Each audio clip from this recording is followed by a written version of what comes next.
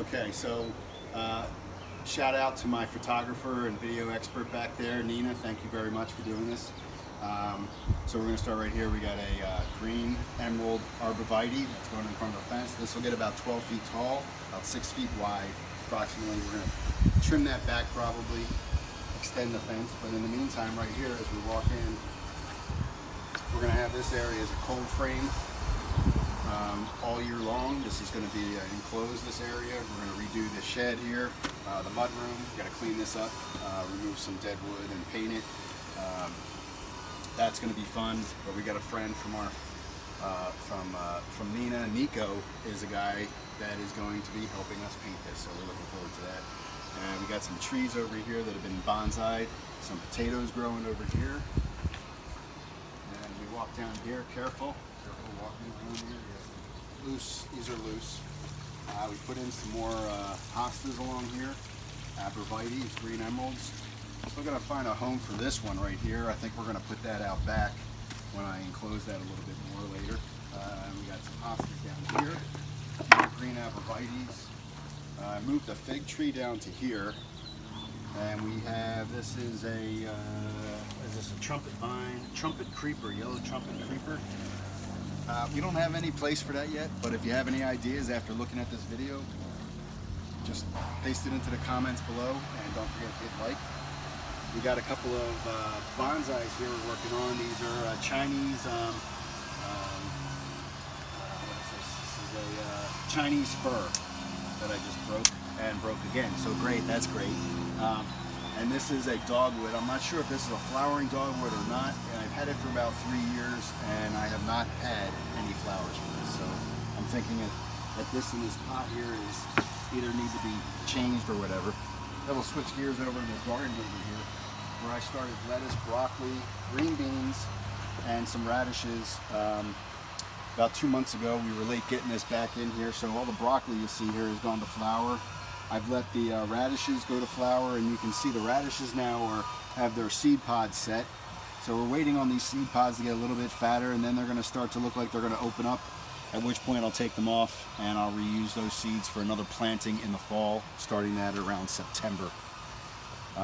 Green beans in here, and we are already getting green beans. Even though these got in late, we're getting some of these nice young green beans here, and these are really tasty. That's why they never make it into the house. So back over here, we just started dropping in some hostas around the pond here, because we're not really sure what we're going to be putting over here. If it's going to be another small tree like a Japanese maple. We're looking at the coral bark right now for its outstanding beauty all year long, and the amazing red bark during the winter.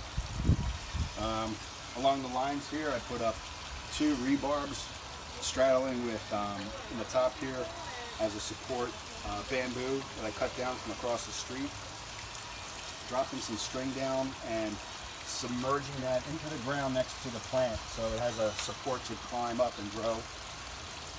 This is an Asian pear tree, and we're going to need to get that, either another pear tree in here to get this to flower properly. That's going to be ready in about 2 years. That was a gift from Mr. Kim. Thank you, Mr. Kim. In between some of the tomatoes here, I also have a variety of beets that are doing quite well. I kind of grouped them together in about 4 to 5. So they got a late start as well. They're going to be up in about another month. Don't trip. And you can see over here, I have a nice variety of basil. This is red Reuben basil.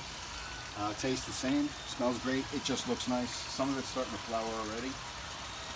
And back here, more tomato plants and peppers. And we got a variety of lettuce here that has started to, we just had our 4th picking of the year so far with this lettuce here. And some seeds, we have let the lettuce back there go to seed that we're going to reuse. We'll come around the front and we'll look at this pond here. We still have work to do on the pond, but since our koi were eating the roots off of the hyacinths here, the water hyacinths, we decided to shade them over here and to leave them unattended so they don't get, and they're doing pretty good. They're starting to grow now. The fish in the pond were spooked somehow today. We did find a rather large baby koi that we do not think was part of our pond. I have since buried it, but very unusual to see that. Our fish now are all on the bottom of the pond, as you can see down there. They haven't come up to eat like they normally do. I did throw food in. They usually come up when I rack on the pond, but they're spooked. Something happened. In the pond, we also have about 200 tadpoles. These were toads that laid eggs in here, and we also have several varieties of, or not several varieties. We have a giant bullfrog, I believe, is in here. And if you get real close, my camera, and if she gets on the other side of those reeds right there, she can see a couple of baby toads just on the rock right there. And they probably just came out of the water today.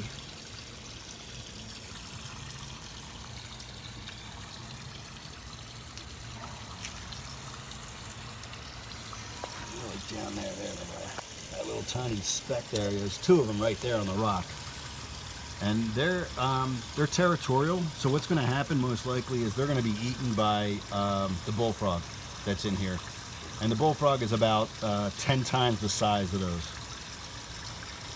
So this is the backyard. And let us know if you have any comments, questions. Thanks for stopping by.